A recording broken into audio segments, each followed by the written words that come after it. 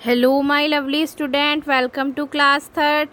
आज हम लोग हिंदी व्याकरण में लेसन 4 पढ़ेंगे, जिसका नाम है संज्ञा व उसके भेद। तो आज इस चैप्टर में हम लोग पढ़ेंगे कि संज्ञा किसे कहते हैं और उसके कितने प्रकार होते हैं, उसके बारे में पढ़ेंगे। बच्चों, इस दुनिया में जितने भी लोग रहते हैं या जितनी भी चीज़ें हैं या जितने भी स्थान हैं, उन सभी के ही अपने अपने नाम होते हैं और इन्हीं नामों को कहते हैं संज्ञा। देखिए, जैसे आपको अपनी स्क्रीन पर ये पिक्चर दिखाई पड़ रही है, इसमें कौन है? इसमें माली है, इसमें बच्चे हैं। बच्चे किससे खेल रहे हैं? गेंद से खेल रहे हैं। तितलियां बनी हुई हैं, फूल हैं, चिड़िया हैं, पेड़ हैं और इमारतें बनी हुई हैं। ये सभी क्या हैं? ये सभी संज्ञा हैं। दूसरे शब्दों में हम कह सकते हैं कि नाम वाले शब्द संज्ञा कहलाते हैं। मतलब ऐसी चीज़ें या ऐसे लोग या ऐसी वस्तुएं जिनका नाम होता है, वो सभी क्या कहलाती हैं?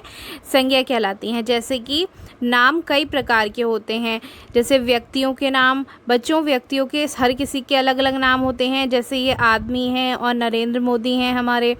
और पशु पक्षियों के नाम, जैसे बाघ हो गया, मोर हो गया। वस्तुओं के नाम मेज, कार। भवनों के नाम ताजमहल, हवा महल। स्थानों के नाम पर्वत, खेत। महीनों के नाम जनवरी, जुलाई। और इसके अलावा भी इन चीज़ों के जो भी नाम होते हैं, वो सभी संज्ञा में ही आते हैं। तो बच्चों, ऐसी जितनी भी चीज़ें होती हैं जिनके नाम होते हैं, वो सभी संज्ञा कहलाते हैं। चलिए, अब हम करते हैं इसकी एक्सरसाइज। नाम वाले शब्दों पर सही तथा अन्य शब्दों पर रॉन्ग लगाइए। अब इसमें जो नाम वाले शब्द हैं उन पे हमें राइट लगाना है और बाकी जो शब्द हैं उन पे रॉन्ग लगाना है। देखिए, दिल्ली, दिल्ली नाम होता है, ये राइट। घूमना, ये नाम नहीं हुआ, रॉन्ग। खिलौना राइट, यदि रॉन्ग, कभी रॉन्ग, अगस्त राइट और रॉन्ग, चौपाटी राइट, दर्जी राइट, परसों रॉन्ग, होली राइट, चांद राइट, हमारा रॉन्ग, मैदान रॉन्ग, परंतु रॉन्ग, विराट राइट। तो बच्चों, ये थी हमारी एक एक्सरसाइज। चलिए, अब दूसरी एक्सरसाइज करते हैं। निम्नलिखित के 4 उदाहरण लिखिए। अब इनमें जो नाम दिए गए हैं, इनके आपको 4 उदाहरण लिखने हैं।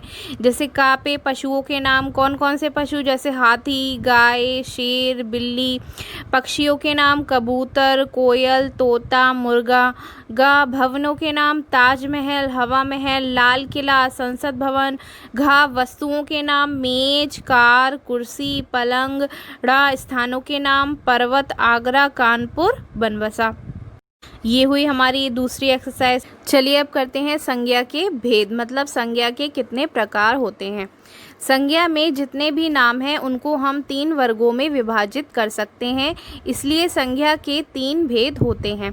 बच्चों, इस दुनिया में जितने भी नाम हैं उनको हम 3 वर्गों में डिवाइड कर सकते हैं, इसलिए संज्ञा भी 3 वर्गों में ही डिवाइड होती है। तो कौन कौन से हैं वो वर्ग?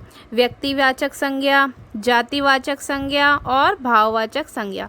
पहले पढ़ते हैं व्यक्तिवाचक संज्ञा किसे कहते हैं। व्यक्तिवाचक संज्ञा, जो नाम किसी विशेष प्राणी, वस्तु या स्थान के होते हैं, वे व्यक्तिवाचक संज्ञा कहलाते हैं। बच्चों, ऐसे कोई भी प्राणी या वस्तु या जगह के जो नाम होते हैं, वो सभी आते हैं व्यक्तिवाचक संज्ञा में। जैसे अब्दुल कलाम, रामायण, लाल किला, दिल्ली।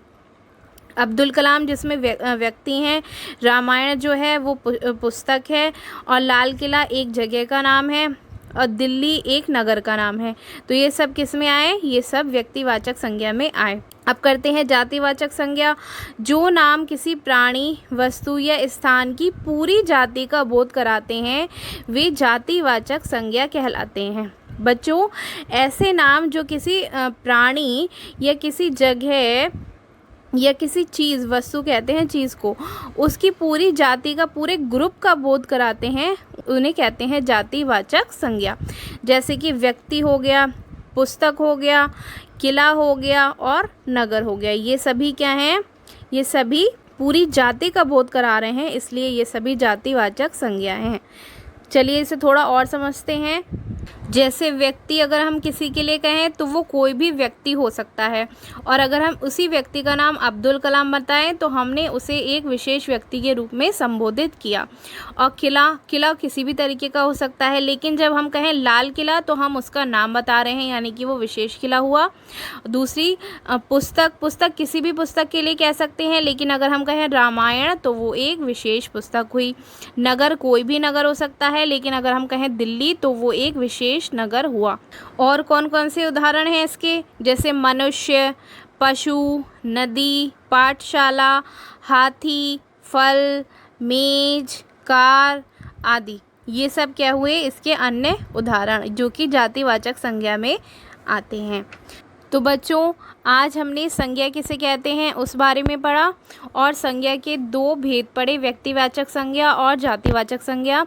अब भाववाचक संज्ञा के बारे में हम लोग नेक्स्ट क्लास में पढ़ेंगे, और उससे रिलेटेड एक्सरसाइज भी अपनी बुक में और कॉपी में करेंगे। Thank you so much for watching. Stay home, stay safe.